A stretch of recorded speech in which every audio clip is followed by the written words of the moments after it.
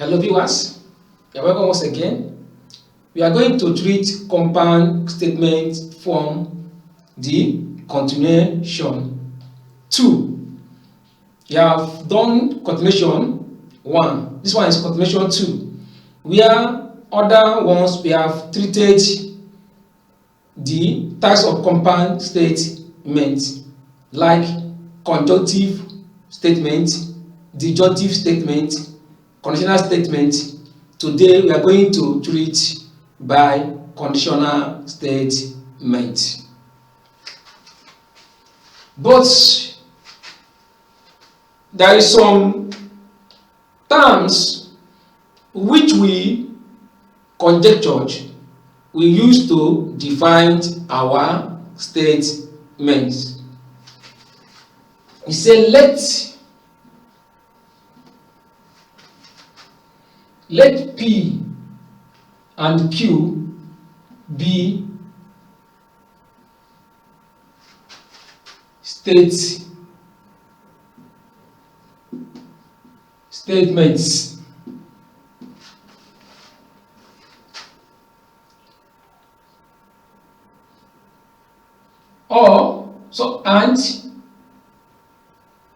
Or implies if and only if be our connectives, be connectives, and I an interpretation.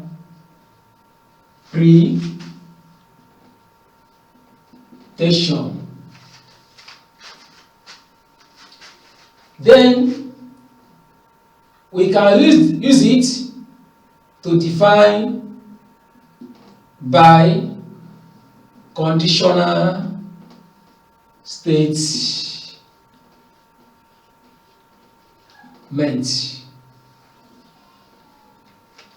Now what we do is that we are going to use if and only if connective to combine our two simple statements, that means P and Q, together to form a compound statement called biconditional statement. That is, we have P if and only if Q. We have now joined the two statements, combined the two statements together to form a compound statement called biconditional statement, read as P if and only if Q. That means whenever we see this kind of statement form, we know that it is a biconditional statement. So you say is a syntax of biconditional statement.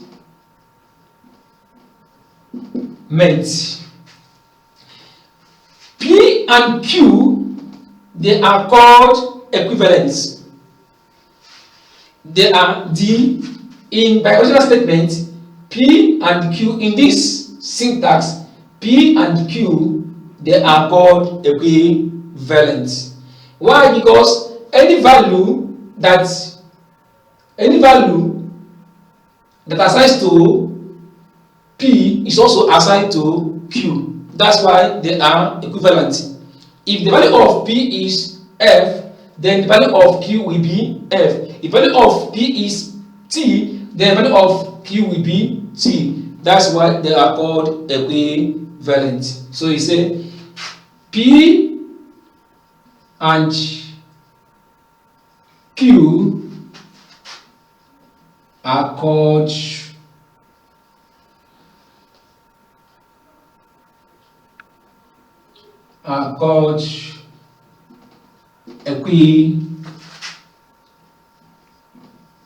equivalent.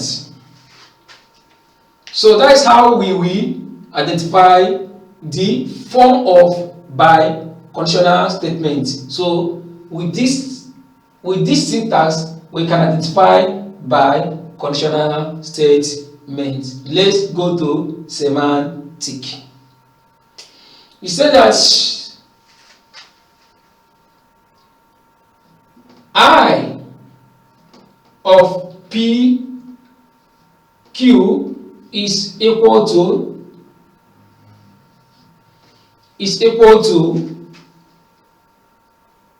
1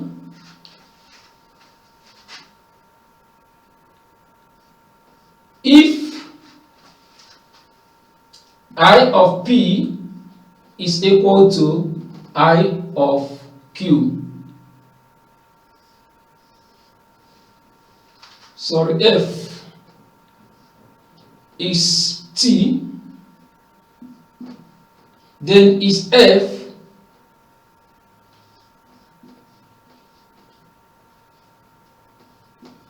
otherwise. That means this is our interpretation. I is our interpretation. That means I assigns truth and falsity to simple statements or the whole statement form to truth and or falsity. Here, this is the statement. I assign the statement to T if or when I assign P to the same value of Q. That means I of P and I of Q, they are of the same truth value. That means if I of P is T, then I of Q also is T. If I of Q or P is F, I of Q is also F. That is the only condition they can obtain truth in the statement. So otherwise, you're going to have false. So you say this is a semantics of biconditional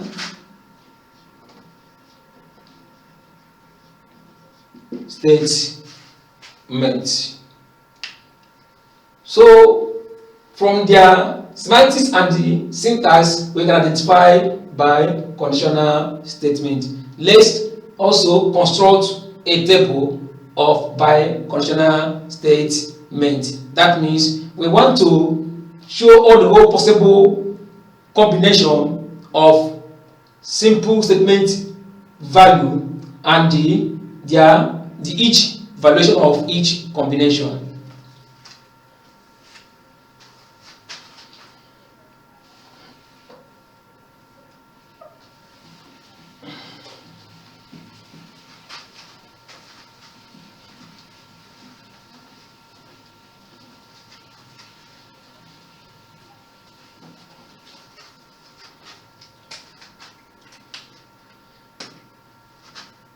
Example of truth table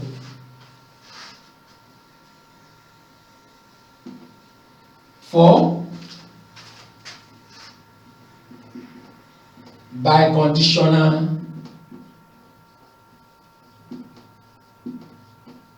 statement. Oh wow.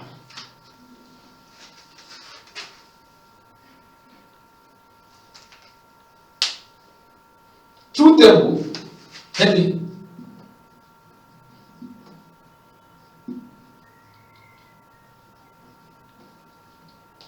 Truth table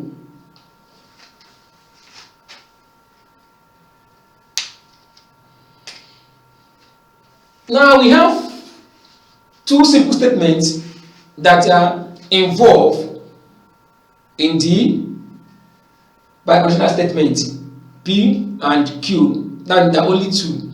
And we say that the number of rows in a table can be determined by the number of the simple statements involved in the statement form.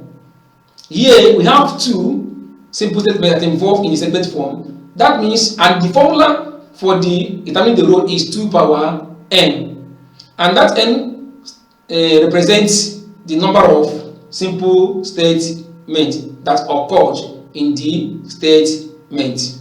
So that means we have 2 power 2. That n is equal to 2. So we are going to have 2 power 2, and 2 power 2 is 4. That means we are going to have 4 rows. We are going to have 4 ways we can combine our simple statement values so that we can get each truth valuation of each combination. So we are going to draw a table, horizontal line, vertical line, vertical line, horizontal line. We then draw another horizontal line to create our row for our statements. Then we draw vertical line to create first column, second one to create second column. We draw our line to have first row of our truth table, of our truth value and valuations. Then second row, third row, and fourth row. Then here we're going to have our P, our simple statement, and Q, also our simple statement. Here will be our statement form. That means our biconditional statement P, if and only if Q. Since we have 4 rows that we can insert our truth values, we are going to divide the 4 rows into 2. If you divide into 2, we are going to have, 4 divided by 2 will give us 2. That means the first 2 rows will be inside, will contain our truth value for T. Then the last 2 rows will also contain our truth value for F. See what we mean here?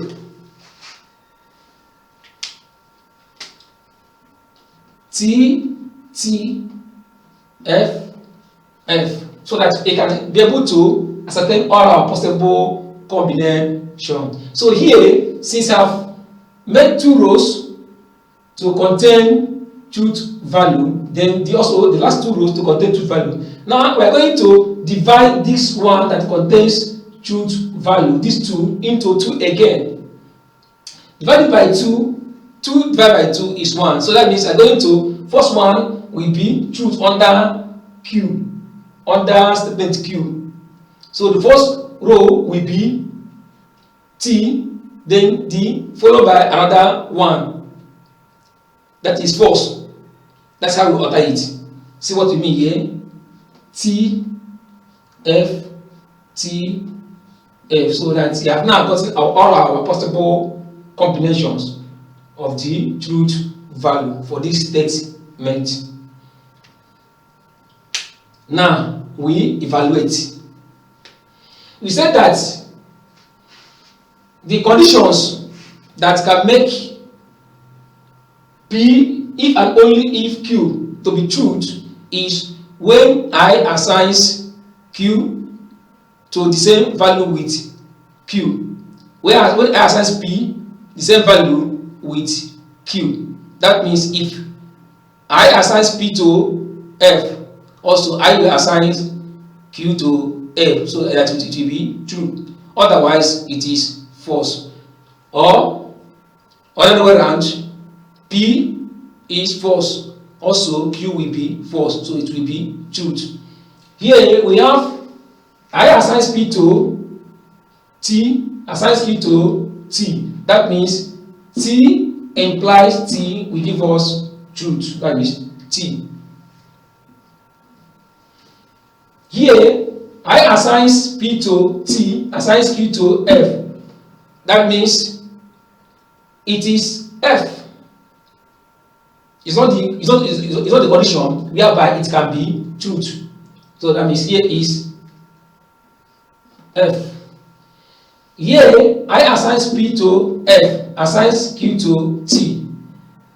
That means it is F. They are not the same. Here, I assigns P to F, assigns Q to F. That means P and Q have the same value, so it is C. So that is the table. So the valuation, the valuation of P, if and only if Q, is T, F, F, T. So that is the truth valuation. That's all about biconditional statement. Thank you, viewers.